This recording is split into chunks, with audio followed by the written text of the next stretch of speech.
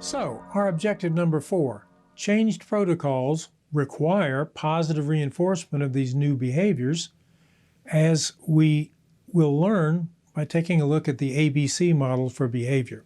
The difficulty is that behavior change is counterintuitive. Cause and effect are reversed. Unlike physical cause and effect in the physical world or in physics experiments, cause happens after the effect. Proceeding from left to right, antecedents are anything that tell us to do the new behavior. Now, some cars nowadays will have a buzzer or a bong noise that will turn on if, after starting the car, your seat belts are not fastened.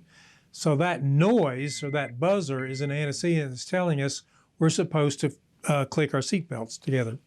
Then the B part, whatever it is we do, clicking the seat belt, the consequence is what happens to us because of our behavior.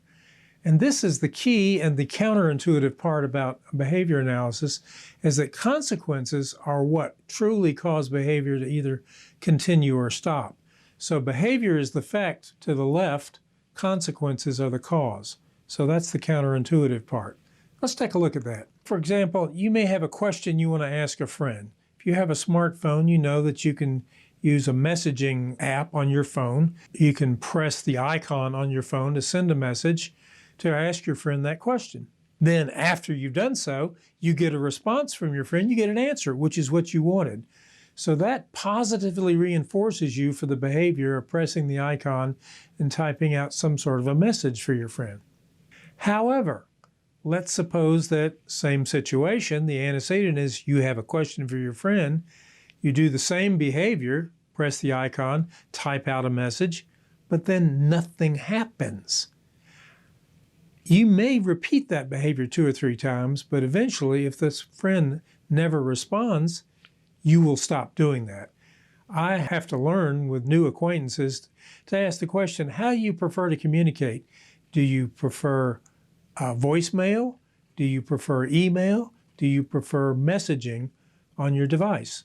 Some people never check their messages, and so I will never get a response. And so even if they don't tell me, I will eventually learn that doesn't work. Don't try sending a text message to them.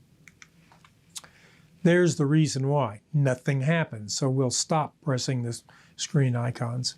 So, antecedents are in fact good enough to start the behavior, or they're the situation that tells us when it's appropriate to do that behavior.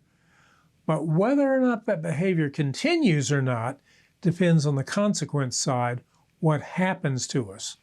So, as in the previous example, do I get a response to my question?